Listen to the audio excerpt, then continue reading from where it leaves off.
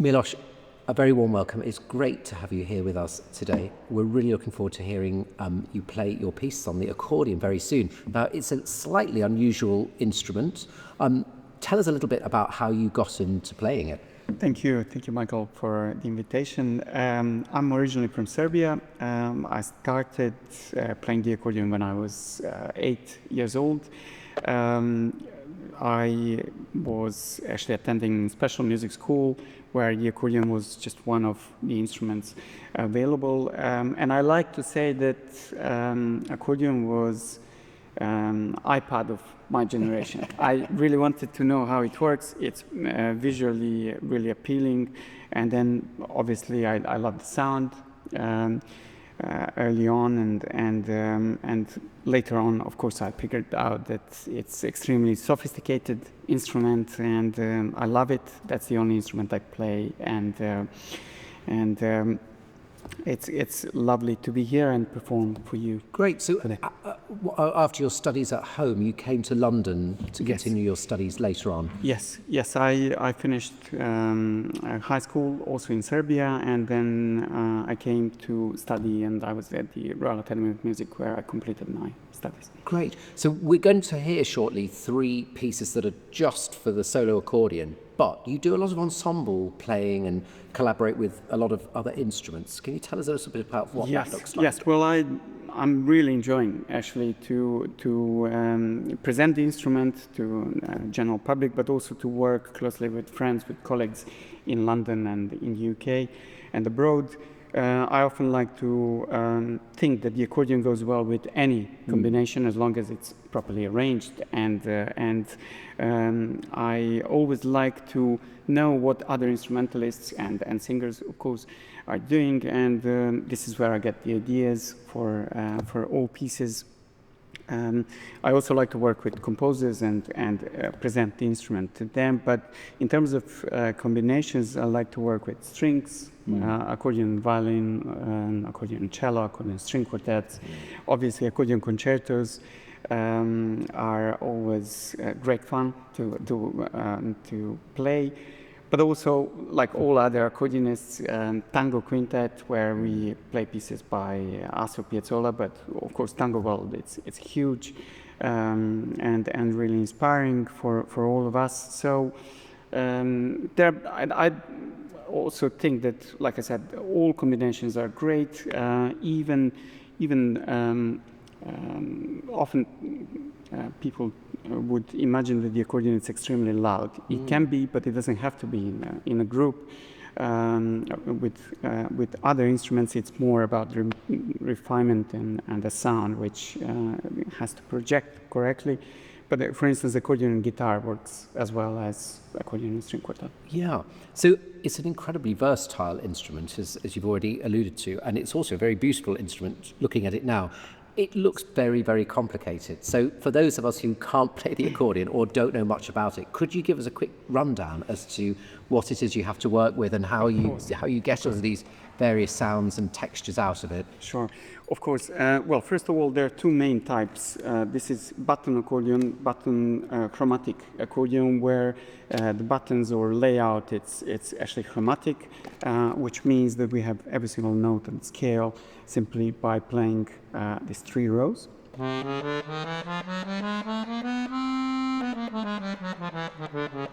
And as you can see, first and second, fourth and fifth row are identical, which is really useful when we're looking for fingerings and different patterns. And these little stops here, or little buttons, are stops, and they are obviously changing the color, but changing the octaves as well. And they work exactly like stops on organ, for instance. And we don't necessarily have to stop the notes in order to play. We can, of course, hold those. Easy to do, but we can use the stops which are positioned on our chin, and we can just hold anything like this. We simply press this, which is a very, very good trick. The central part of the instrument, it's called bellows. It controls the sound, it controls the volume. for both hands. The left-hand side has the little buttons, and all accordions have obviously single notes on the left hand, but they also have chords which are fixed, major, minor, dominant seventh, and diminished. And often this system is used for folk music or for jazz. We don't necessarily have to play just major or minor. We can mix and match. We create really nice harmonies. Now, the classical instruments often have the switch called converter, which converts fixed chords into single notes. Now we have fully polyphonic keyboards, and we are able to play pieces by great composers just the way they were written. So there's a lot of similarity to an organ in many ways, aren't there, with all of these different combinations of stops.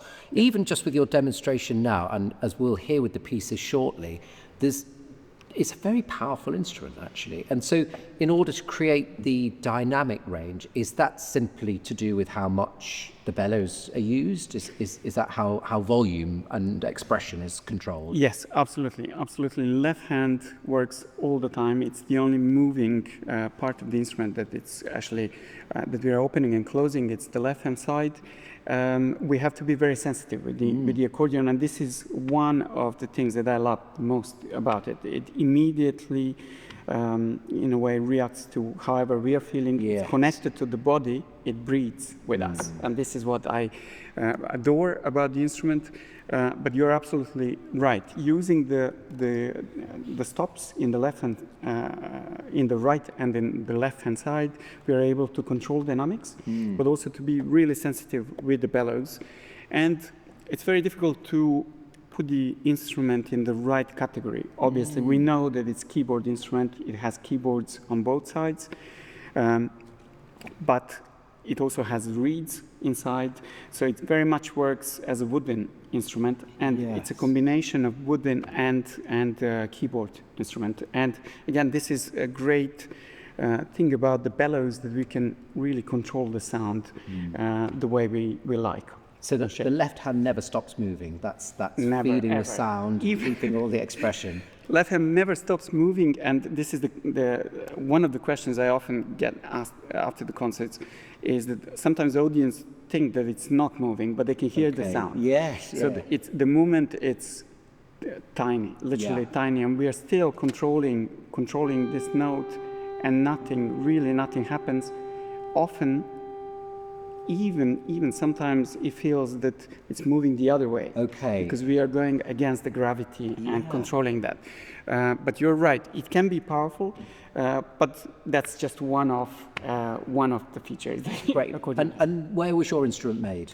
This is Italian instrument made by Pigini, manufactured based in Italy, near Ancona. Is it a reasonably new instrument? Or? Yes, this accordion, it's only 8 years old. Okay. Now. And I see you've got two very substantial straps. Is it heavy? Yes, it is. It is. It has 15 kilograms. We are always sitting when we are playing, partly because of the weight, and of course because of the sound control. And we have to be in control of everything that is happening, obviously, on the right and left-hand side. Fascinating. We'll look forward to hearing it played. Thank you. And so why don't you tell us about the first piece you're going to play? Yes, I'm going to perform Asturias by Isaac Albanese. This is a transcription for classical accordion, and originally this piece was written for piano. Nowadays, it's very often heard on classical guitar and classical accordion. And as you've alluded to before, the accordions become a very versatile instrument for playing transcriptions of music originally written for other instruments. Has it had to be changed a lot from the original piano version, or is it largely true to what was written in terms of the notes and the registers on the piano? Yes, it's largely true, and perhaps it's using interesting technique, which is called bellow shake, where we are, in order to recreate repetitive notes, we are opening and closing the bellows while holding the notes. Right. So instead of repeating them only with our fingers, like this, we can just hold and open and close in relation to what we need to. Excellent. Let's have a listen. Yes.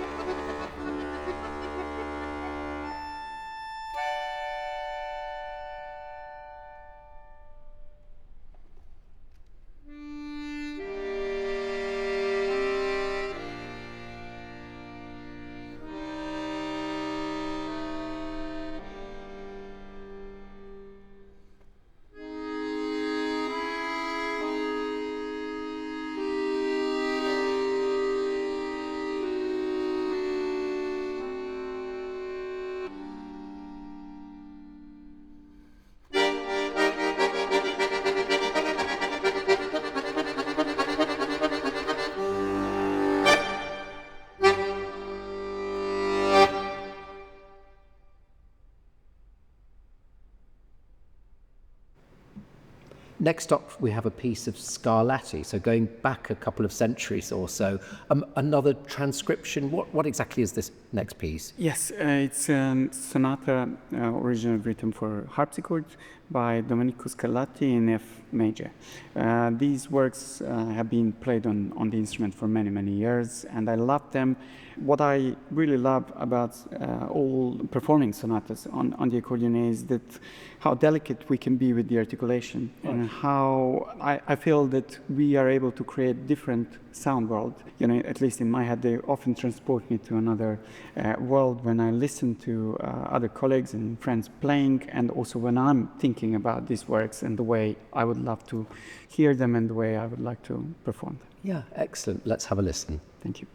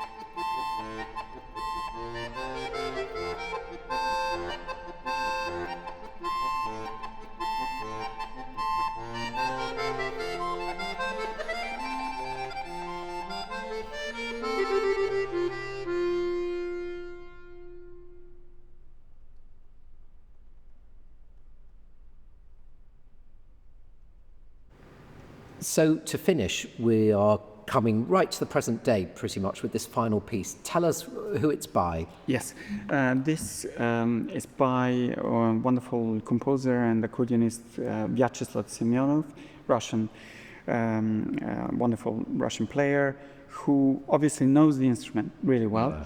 The piece, it's called Dawn Rhapsody. I will be performing the second movement, and it is written and based on traditional folk song, but it is really interesting what the composer has done with, and he has taken the tune, but then has written the set of variations. And obviously, Semyonov knows the instrument. Being a player, he knows exactly where everything sounds best on the instrument. And just like in Asturias, this piece is featuring the technique called ricochet, when we are opening and closing the bellows. And again, in order to recreate this effect, which I'm sure you will hear at the very end. It's a much bigger concept, isn't it, to either of the previous two pieces? Besides the ricochet, are there any other techniques that he uses that we might not have heard in the Scarlatti? Or? Yes. Well, for instance, in the middle section, there's interesting overlapping of the major and minor chords, which are really written closely together. Okay. On the accordion, we are able to play, obviously, with two manuals or two keyboards. I think it would be quite tricky to do it on the piano if that particular section was going to be performed on the piano. So, which makes it a bit more accordionistic, I suppose. And with original compositions for the accordion, as opposed to transcriptions of other keyboard works, are they written on two staves for a left hand and right hand? Would they look familiar to a pianist or an organist? Yes, often they would. Often they would. Sometimes we, obviously, when we perform organ works, we would read three staves, but very often two would be plenty, and they're able to fit everything they need to on two, occasionally three. Great. So a very powerful piece, and we really hear the extremes of what the instrument's capable with. Yes, yes. Well, both extremely loud dynamics and very, very quiet pianissimos. Excellent. Let's have a listen. Thank you.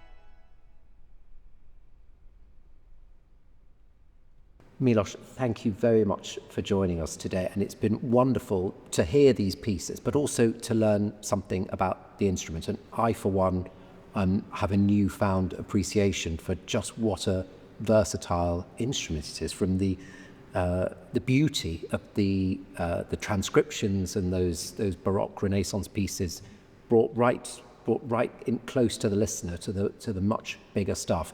And I think it's worth saying that the accordion's having something of a renaissance nowadays, and as well as the new repertoire that's being written for it, there are always the transcriptions of previous works for keyboard instruments, and the accordion is being used as a one-person orchestra now, with opera transcriptions and other larger ensemble and orchestral works as a great vehicle for these big pieces being brought via one instrument. Yes, thank you very much. I hope that the actual pieces were interesting enough for your audience also to hear. There is always a lot more, and I think as accordionist, I'm always surprised what the instrument can do. And this is, I think, great time to be accordion player, because we are able to perform on our own, like you said, and to perform in various ensembles, to work closely with composers, to create works which will stay on for many, many years.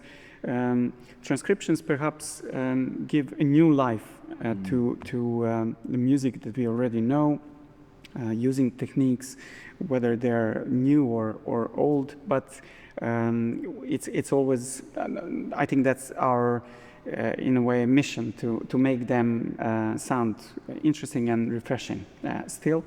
And obviously, always my goal would be to present the works and to present the repertoire and to present a huge variety.